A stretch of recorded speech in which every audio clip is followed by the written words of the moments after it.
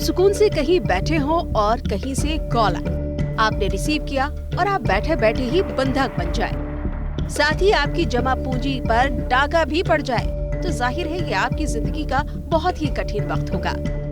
तकनीक की तरक्की के साथ मुसीबत भी किस तरह बढ़ती है, इसका जीता जागता उदाहरण सामने आया है दिल्ली से सटे नोएडा से, जहां एक महिला इंजीनियर के साथ डिजिटल अरेस्टिंग की घटना ही नहीं हुई बल्कि 11 लाख रुपए की ठगी भी हो गई।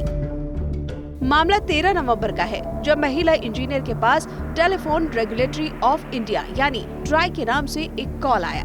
कॉल करने वाले ने उन्हें खुद को ट्राई का अधिकारी बताते हुए कहा कि उनका फोन नंबर एक हाई प्रोफाइल मनी लॉन्ड्रिंग मामले में इस्तेमाल हुआ है, इसलिए उन्हें स्काइप के जरिए जांच में शामिल होने की जरूरत है। इसके बाद उस शख्स ने महिला इंजीनियर को एक नंबर दिया और बोला कि ये क्राइम ब्रांच के इंस्पेक्टर का नंबर है, इनसे बात कर लीजिए। महिला के कॉल करने पर उस कथित इंस्पेक्टर ने कहा कि आप कहीं जाएंगी नहीं, आपसे लंबी पूछताछ करनी है, क्योंकि आपके आधार कार्ड का इस्तेमाल करके सिम खरीदा गया है और एक अकाउंट खोलकर उससे मनी लॉन्ड्रिंग के जरिए 2 करोड़ रुपए निकाल लिए गए हैं। इसके बदले में कमीशन मिलने की बात भी सामने आई है। इस टाइप कॉल में उनके द्वारा बताया गया कि जो आपका आधार कार्ड है, अभी कोई नरेश गोयल जी है, कोई मतलब कोई छापा वगैरह पड़ा है, तो उनसे शायद 2 CR लगभग कभी बरामद हुए हैं, जिसमें से आपका उन्होंने बताया पूछताछ में कि आपका 20 लाख रुपए आपको कमीशन के तौर पे आपके अकाउंट में ट्रांसफर किया गया है, जिसमें आपका आधार कार्ड मोबाइल नंबर यूज हुआ है। तो इस बात को उन्होंने मना किया कि नहीं हमने तो नहीं किया, हमारी कोई बात ऐसी नहीं हुई है किसी से। कहा नहीं उन्होंने बताया है, तो इसलिए कृपया आपको वेरीफाई करना पड़ेगा। और चूंकि उनका कहना यह था कि पीछे वर्दी में पुलिस की वर्दी में थे, पीछे वॉकी टॉकी सब कुछ, तो उनको विश्वास हो गया कि पुलिस ही है।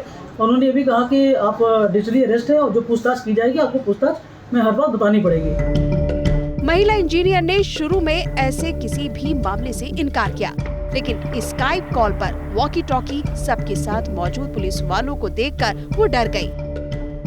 उन्हें ये भरोसा हो गया कि सही में उनसे पूछताछ की जा रही है।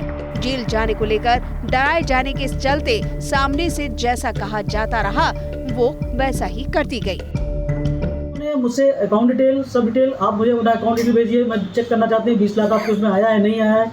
उन्होंने 3-4 बैंक थे, सबके अकाउंट डिटेल उनको दे दिए और उसके बाद उनसे ज्वेलरी का मतलब जो भी चीज़ें प्रॉपर्टी की जितनी भी थी उनसे पूरा हिसाब लिया उन्होंने। उसके बाद क्या हुआ, फिर उनका कहना यह था कि फिर लेने के बाद उन्होंने कहा आप ब्लैंक पेपर साइन करिए, उन्होंने मना कर दिया। फिर उन्होंने कहा कि अच्छा आप एक काम करिए, ये सुप्रीम कोर्ट की गाइडलाइंस है जिसमें मनी लॉन्ड्रिंग में क्या होता है कि जितना पैसा कमीशन का है उतना आप एक बैंक नंबर उन्होंने दिया है, आप उसमें ट्रांसफर कर दीजिए उस बैंक में। महिला इंजीनियर से कमीशन के 20 लाख रुपए दिए गए, अकाउंट नंबर पर ट्रांसफर करने को कह दिया गया, तो उन्होंने 20 लाख नहीं होने की बात कहते हुए 11 लाख रुपए ट्रांसफर कर दिए। उनका कहना है कि हमको उन्होंने 9:30 बजे लेके शाम के 7 बजे तक लगभग बिठा के रखा, मुझे पानी भी नहीं पीने दिया, खाना भी नहीं, तो मुझे लगा कि पुलिस पूछताछ ऐसे ही करती है।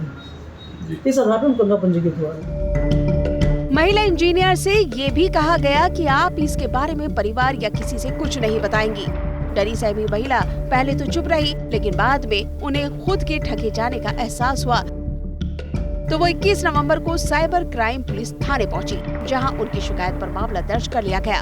साइबर क्राइम पुलिस की तरफ से उन्हें जल्द ही आरोपियों तक पहुंचने का भरोसा दिया गया है। वीडियो पसंद आया तो हमें लाइक, कमेंट, शेयर और सब्सक्राइब जरूर करें।